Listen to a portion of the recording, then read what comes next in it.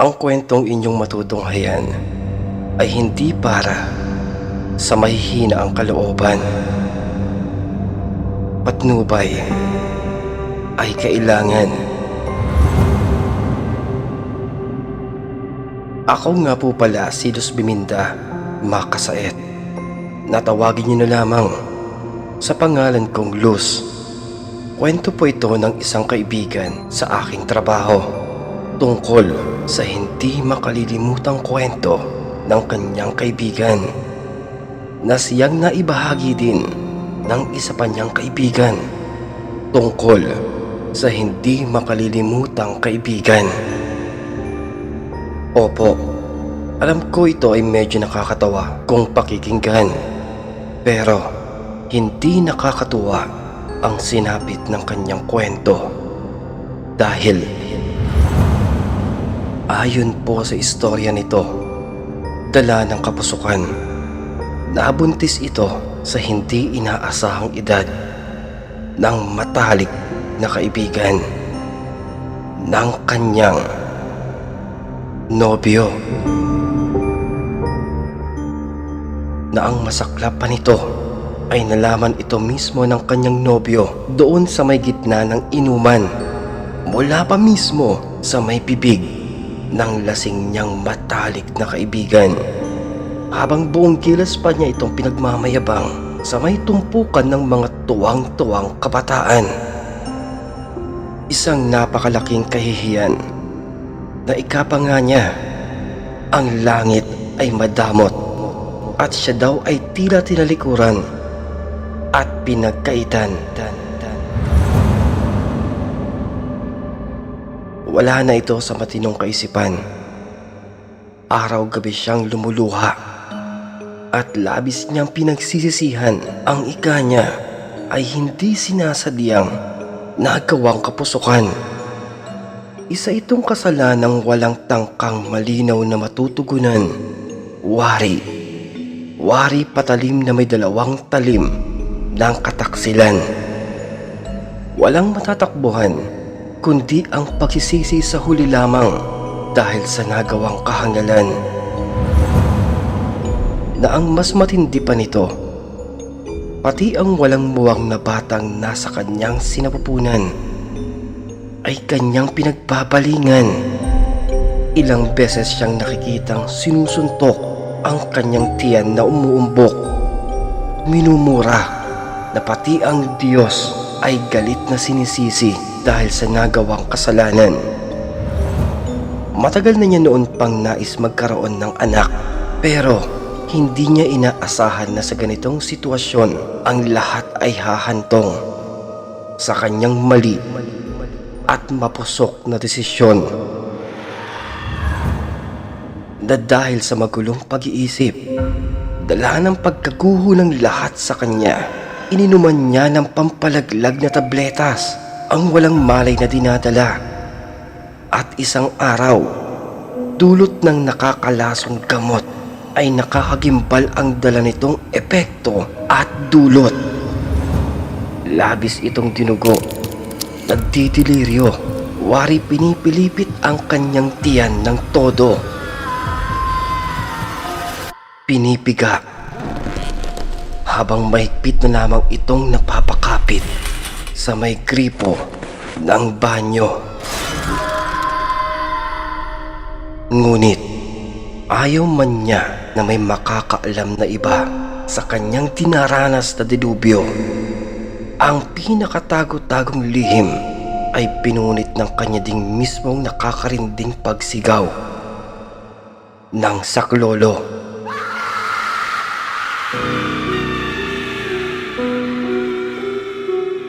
Karumal-dumal, namulat na lamang itong nakatingala. Minamasdan ang paikot-ikot na bentilador sa may kisame ng pagamutan. Nalaman ng kanyang mga magulang ang lahat na hindi nito makuhang matignan sa mata ang kanyang ina na walang tigil sa pagluha habang kinakausap siya ng inang gumagaralgal. At sa kabila ng panghihina, itinanong niya sa kanyang sarili, bakit? Bakit pa nga ba siya nabuhay? Bakit? Bakit hindi pa siya namatay? Ano pa nga bang parusa ang sa kanya ay naghihintay? Pero sa gitna ng kinakaharap niyang unos ay isang nakangiting ginang ang nagpabago ng lahat. Isang ginang na katabi lamang niya sa may pagamutan at mababakas ang edad sa kulubot nitong balat at ilang gininto ang salita ang kanyang natanggap mula sa may matanda patungkol sa muling pagbabago, pagbabalik loob at pagtanggap sa Diyos para sa kanyang ikalawang pagkakataon o ikalawang buhay. Na matapos daw ang madilim na kabanata ng buhay ay natagpuan niya ang landas na tunay. Pero hindi. Na ang akala niyang tapos na ang lahat ng kanyang kalbaryo at problema ay nagkakamali siya. Dahil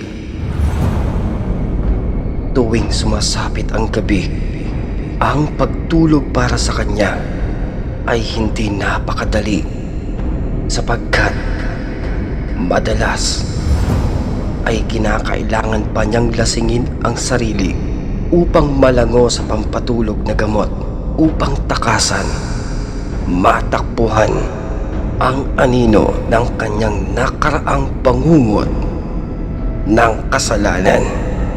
Dahil madalas hindi lamang tuwing oras ng kanyang pag-iisa nagaganap ang mga di maipaliwanag na kababalaghan, sapagkat kahit nasa gitna ito ng kanyang pagtatrabaho ay palagi daw siyang nakakarinig ng pag-iyak ng isang bata. Mga pagtawa, pagbubungis-ngisan, pati na ang pagtunog ng sapatos ng isang sanggol.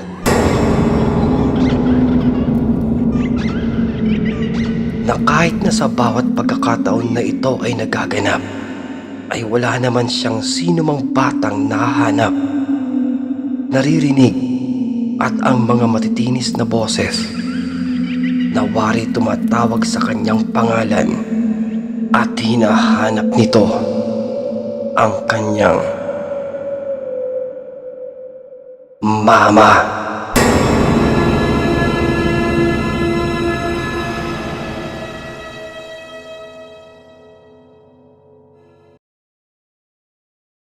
Ako nga po pala, si Sheena Florentino. Just call me Sheng.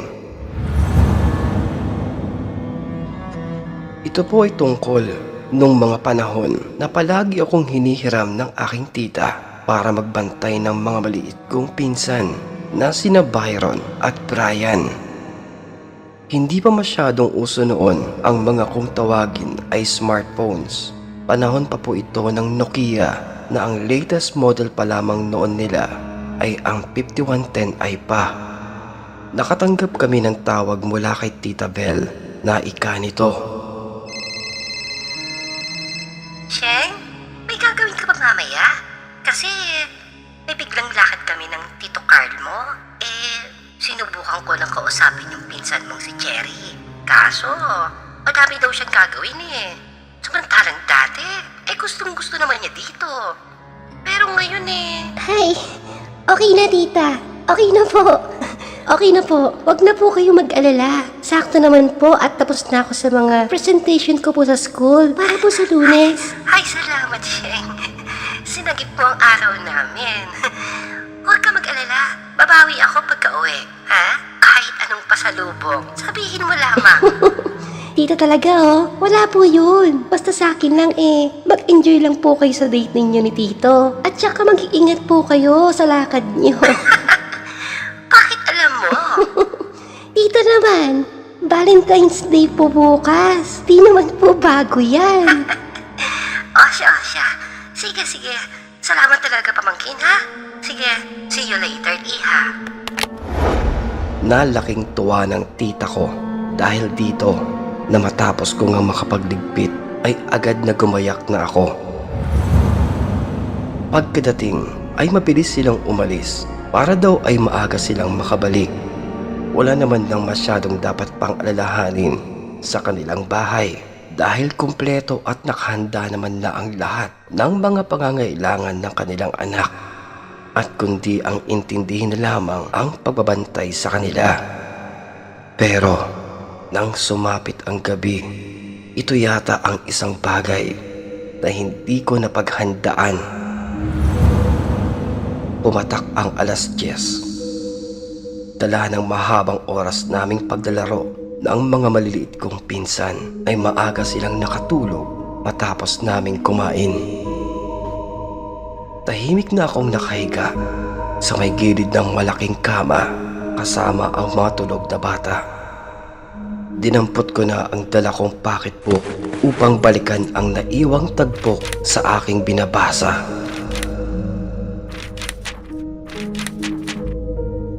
Nang makaramdam ako ng tawag ng kalikasan, marahan akong tumayo sa tinungo ang banyo.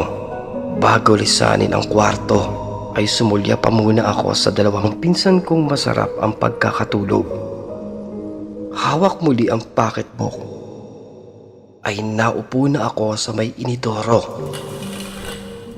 na hindi pa man lumilipas ang 1 minuto ay may narinig akong kumakatok sa may pintuan ng banyo.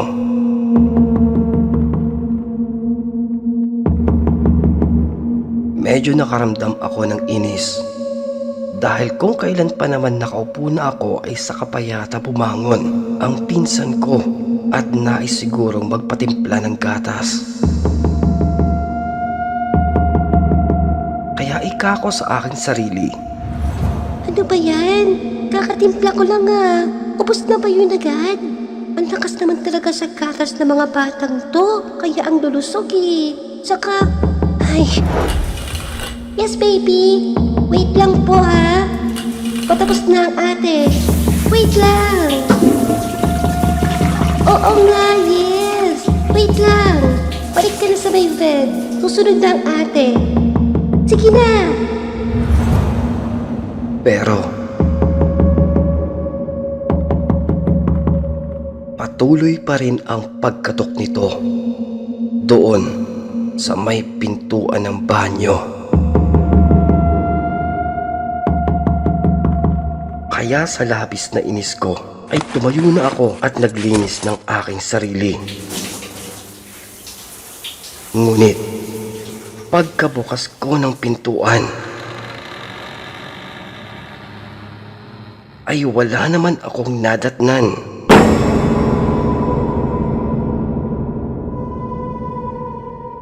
Dahil dito ay napapakamot ako sa batok na muling bumalik sa may silid ng mga bata upang sila ay aking silipin na kung sino ba sa kanila ang batang nagising.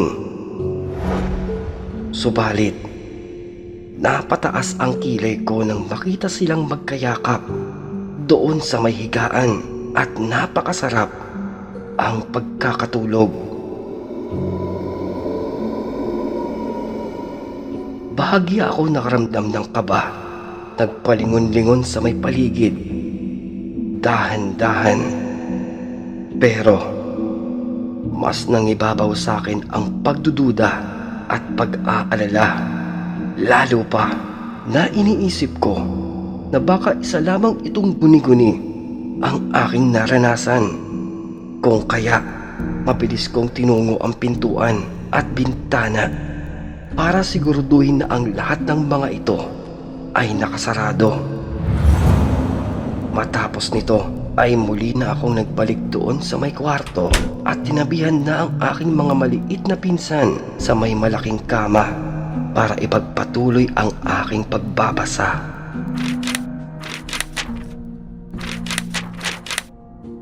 Ngunit, hindi pa man ako nagtatagal sa aking pagkakahiga, ay may narinig naman ako doon sa may kusina. Kalansingan. Wari may humahawi ng mga tinidor at mga kutsara. Ibinaba ko na ang hawak kong pocketbook. Malalim na napapaisip. Saka inaalala ang itsura ng pinanggagalingan ng mga tunog doon sa may kusina. Tinidor at kutsara. Nakasabit ito sa may gitna sa isang pabilog na estante malapit sa mahabang lamesa.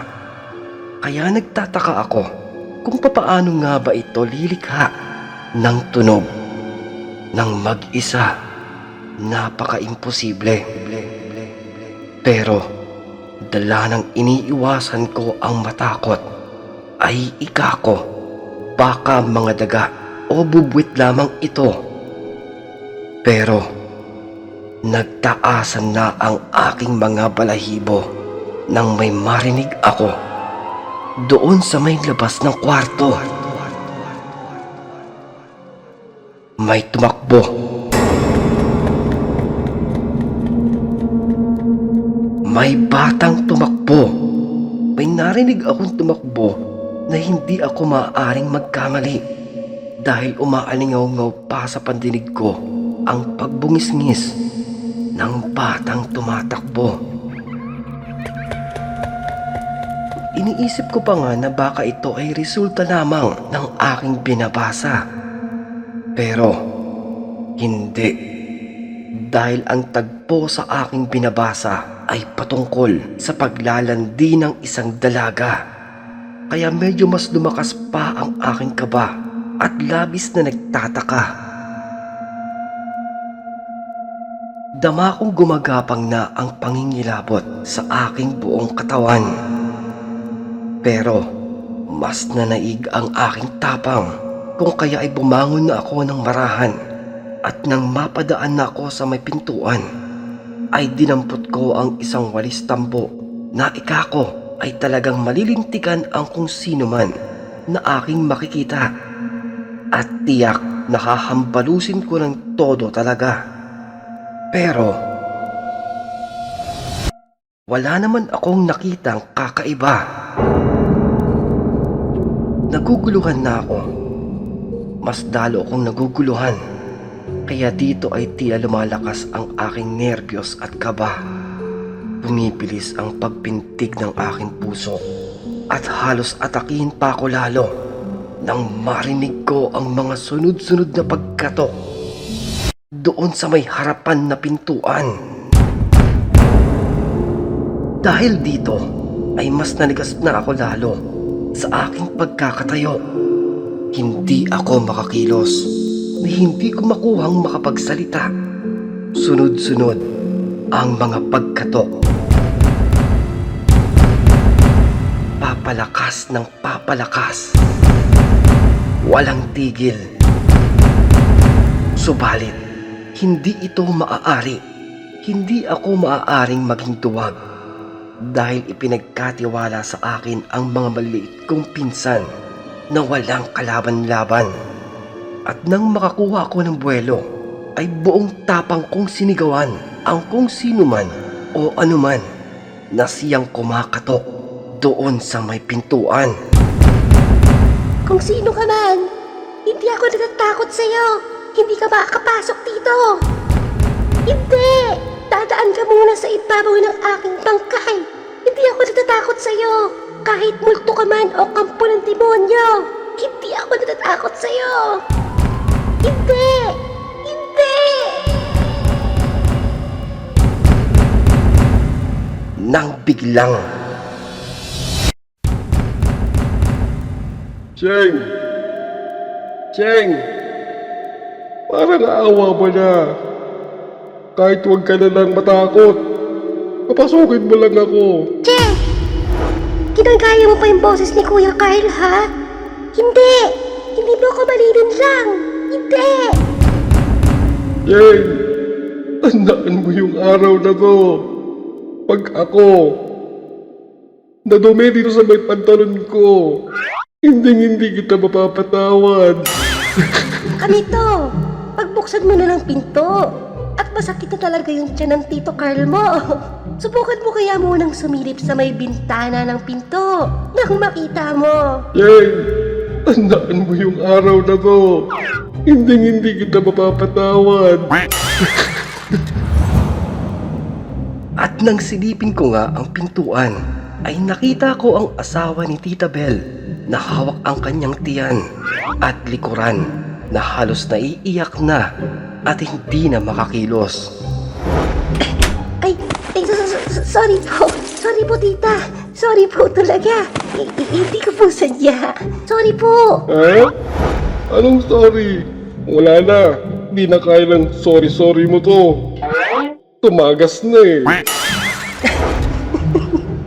Osya. Sige na, Sheng. Ako nang bahala dito. Pakikuha mo na lamang ako ng balde. At hindi na makakapasok yung tito mo. Medyo nakadama ako ng luwag sa aking kalooban. At dahil dito, nang magkaroon na ng pagkakataon, ay ikinuwento ko ang buong pangyayari na aking naranasan mula kanina, na kung kaya ganun na lamang ang aking ikinilos at naguguluhan. Pero nagkatinginan lamang sila tita at tito at muling tumingin sa akin nang natatawa ang mga ito. Dala ng pagtataka ay agad ko silang inusisa at napatakip na lamang ako ng aking bibig dahil sa aking mga nalaman, sapagkat ika ni tita ay huwag ko na lamang daw intindihin ang mga kaluskos at boses na aking naranasan dahil sanay na daw sila dito, lalo at hindi naman daw sila ginagambala o sinasaktan nito, na ang mas importante ay palagi lamang daw akong magdasal upang hindi mapahamak. At dito ko naisip, kaya pala ayaw na ng isang pinsan ko na muli dito ay bumalik dahil sa ika nila na may kung anumang nilalang sa kanilang tahanan na itinuturing na lamang nilang kasama sa kanilang tahanan.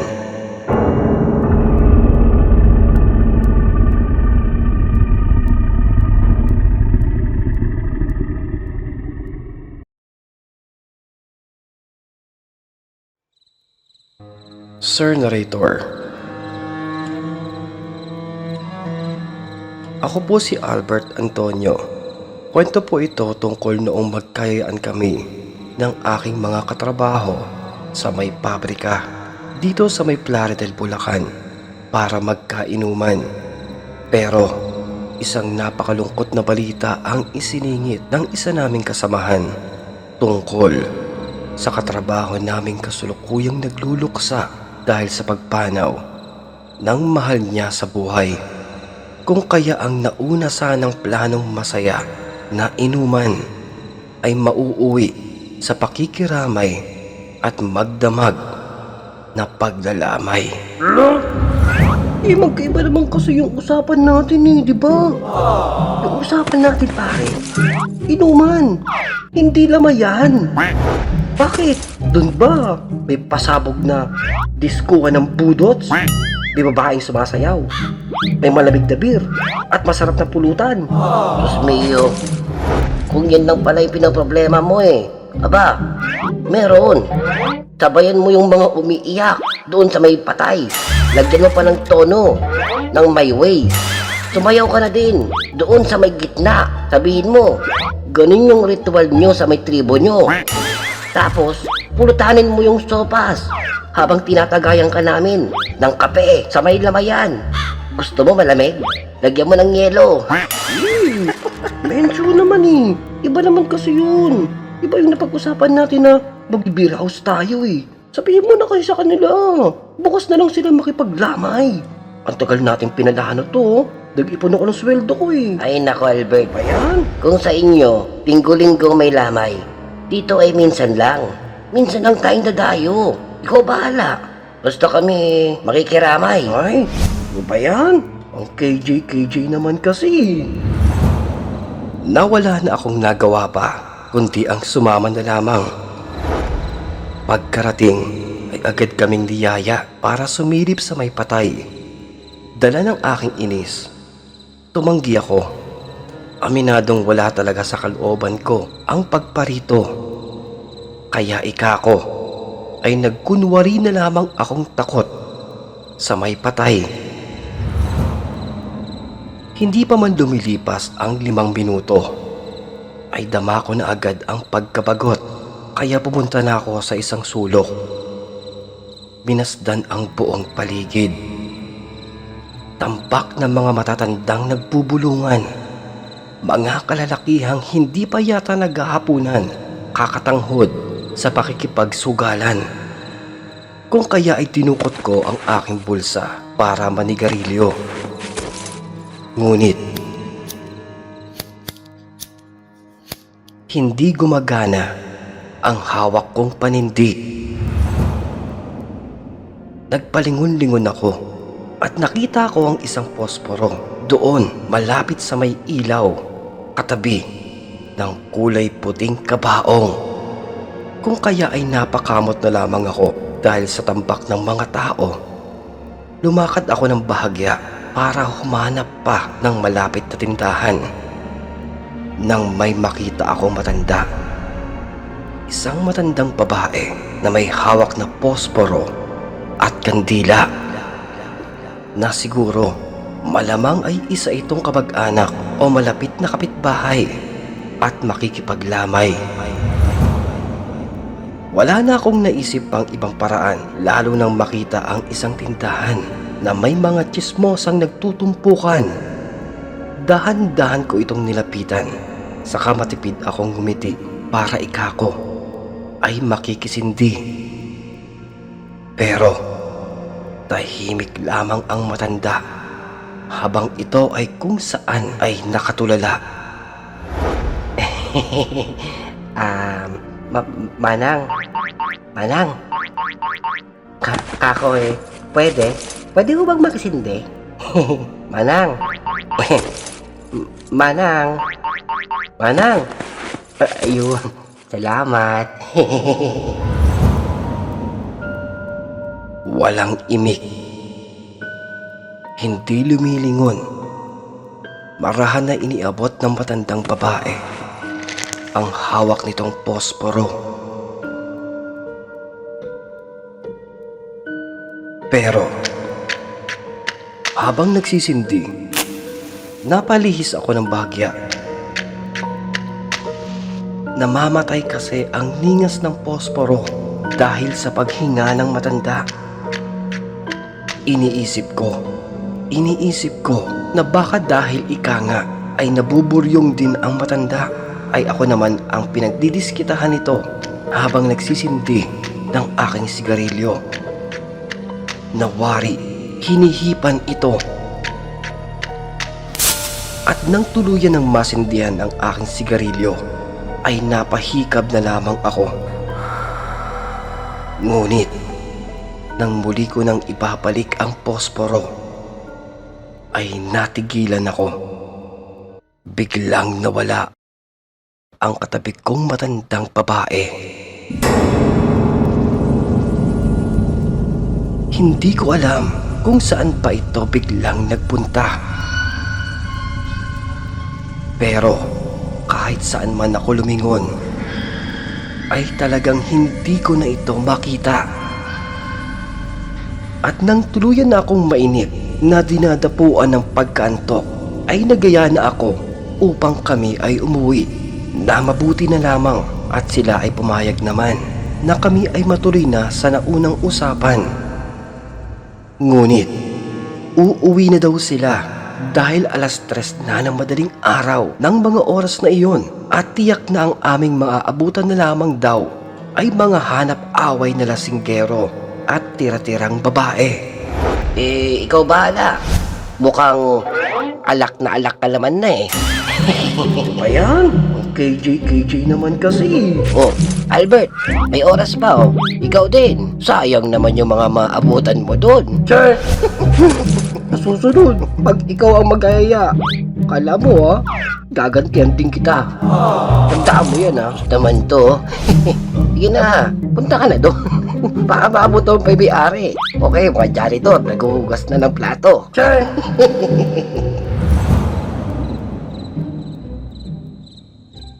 Sa aming paglalakad, papalabas ng mahabang malaiskinitang kalsada, ay di na iwasang mapagkwentuhan ng aking mga kasamahan ang nakakaawang sinapit ng mahal sa buhay ng nagdadalamhati naming katrabaho. Sapagkat, ika ng mga ito, isang gabi, isang bigla ang brownout ang naganap sa kanilang lugar. Naiwang mag-isa sa bahay ang may edad at may sakit na ina ng aming katrabaho. Nasa pag-aalala sa pag-uwi ng kanyang anak ay walang maaabutang pagkain. Sumubok itong bumangon upang makapagluto. Subalit, nadulas at nabagok ang ulo kakahanap ng kandila at posporo. At nang marinig nga ng mga kapitbahay ang nakakapangilabot na malakas na pagkalabog, ay agad nilang tinungo ang matanda na hindi sila nagkamali. Nadisgrasya nga ang kaawa-awang matanda. Inabutan nila ito doon sa may madilim na sulok. Nakahandusay, naliligo sa sariling dugo. Hinahabol ang hininga. At dito, biglang nagtaasan ang aking mga balahibo. Dahil nang maalala ko ang kaninang matandang babae na may hawak ng kandila at posporo. Dala ng nerbiyos, inusisa ko kung ano nga ba ang itsura ng ina ng aming katrabaho. Na napailing pa ang aking kasama dahil naroon na daw ako kanina. Bakit hindi ko man lang daw naisipang sinilip ang aming sadya ng pagpunta? Kung kaya, walang sali-salita, nagmamadali akong bumalik doon sa may lamayan upang silipin ang itsura ng patay na kasulukuyang nakahimlay. At pagkarating ay halos himatayin ako dahil sa aking nakita. Sapagkat hindi po ito ang kaninang nagpahiram ng hawak na posporo, kundi ang katabi nito sa may larawan ng babaeng matanda na matagal na ding patay.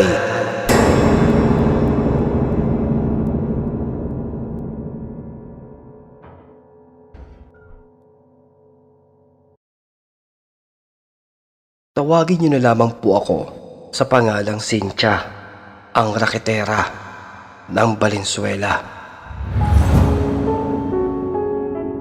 Nangyari ang kwento ko pong ito noong taong 1987. Tandang-tanda ko, buwan ito ng Hunyo. Isang gabi, papauwi na ako galing sa pinasukang parlor nang may makasalubong akong isang babae. Lumapit ito para humingi ng tulong. Na nung una ay akala ko pa nga ay uutangan lamang ako nito, kaya agad kong itinaas ang dalawa kong kamay para tumanggi. Una na kita, beha. Uunahan na kita. Sorry. Wa pa datong. Wa pa pira ang badap. Kakasimula pa lang ulit eh. Sensya ka na. Kaya hindi ba nga nakakabali. Kaya kung uutangan mo ko, sa iba ka na lang. Wala pa talaga, be. Wa pa.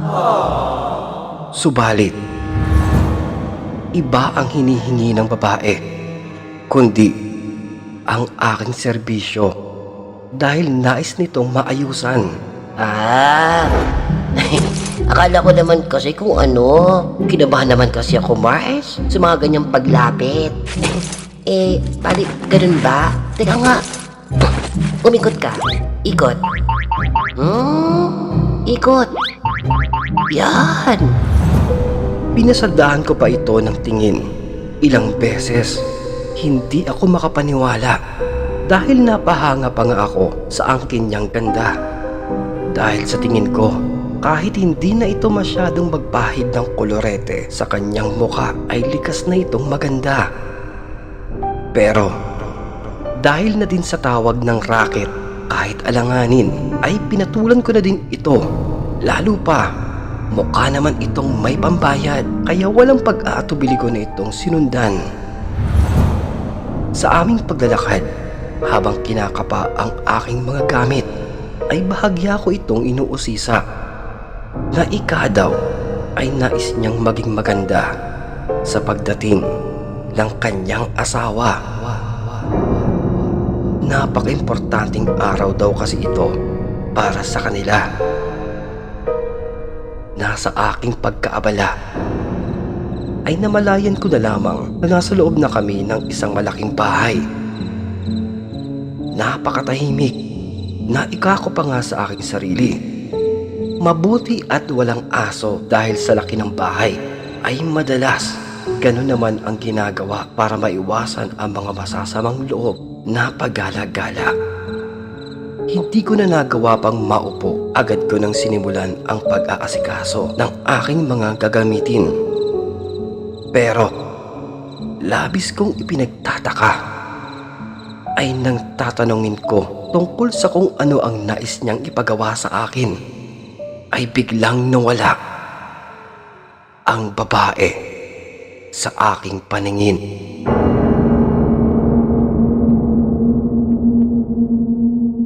Natigilan ako. Pero ika ko na lamang. Baka naman siguro kumuha lang ng maiinom. Di ba? Si Madam talaga, oh. Di naman tayo masyadong magtatagal dito eh. Baka magluto ka pa niyan, Madam, ha?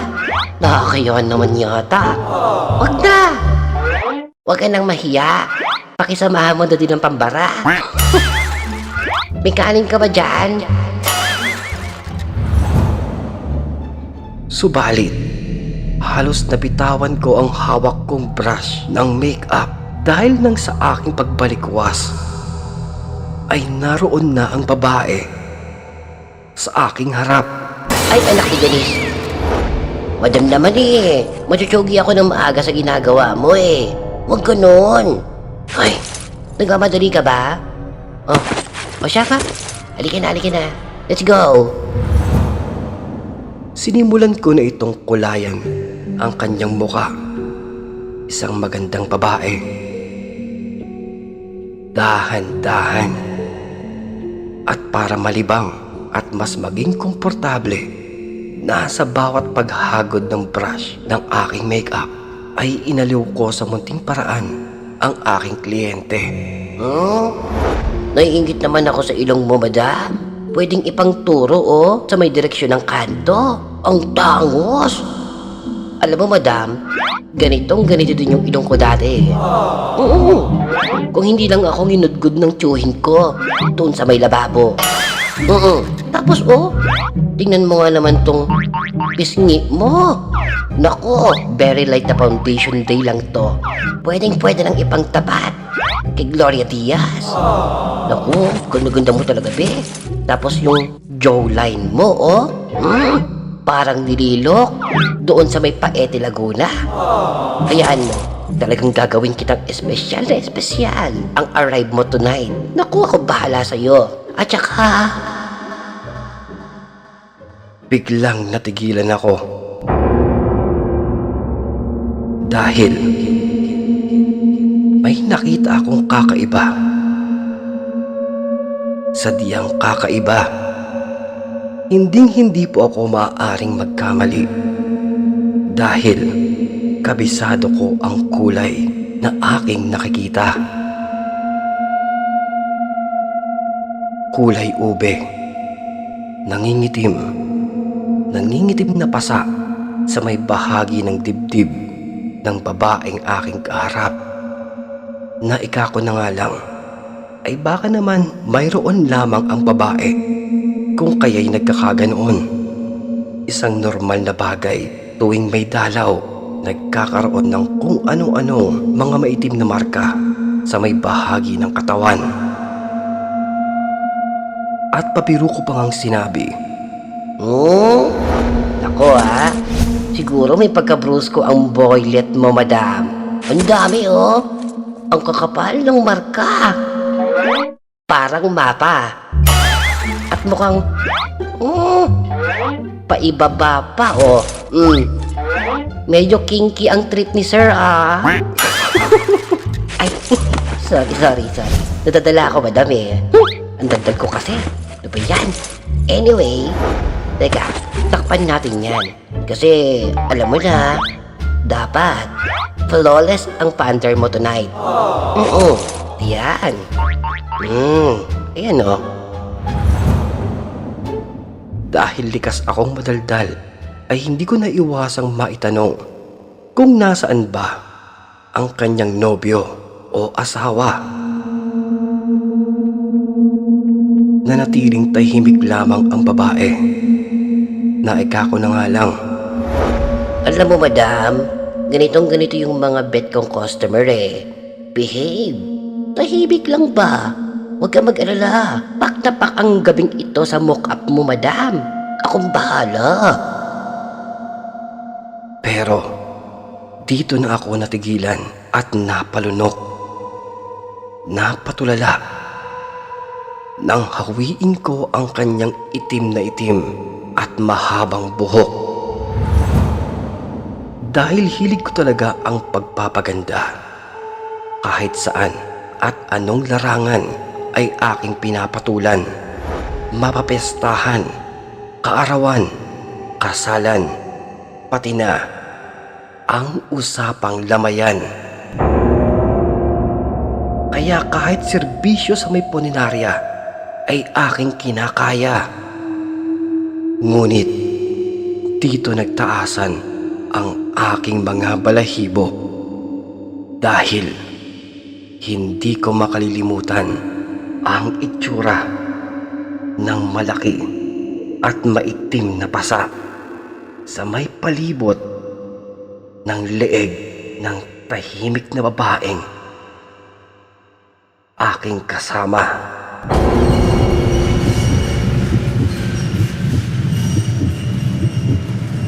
Hindi na ako nakagalaw pa. Lalo pa nang malanghap ko ang pamilyar na amoy ng sangpagita, ang lamig at halimuyak ng punerarya. Hindi na ako nakagalaw at halos panawan ako ng ulirat nang biglang haplutin ng babae ang aking braso at sinabi nito, Tapusin mo. Gusto ko na makaalis dito. Tapusin mo.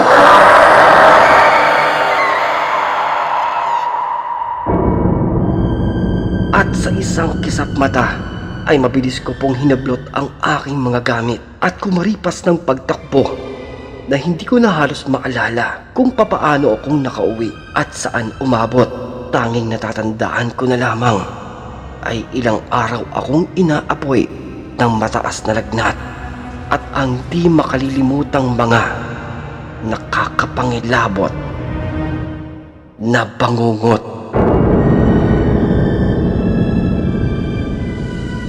Ikaw ba, kaibigan? Anong parte ng episode ang nagpataas ng iyong balahibo?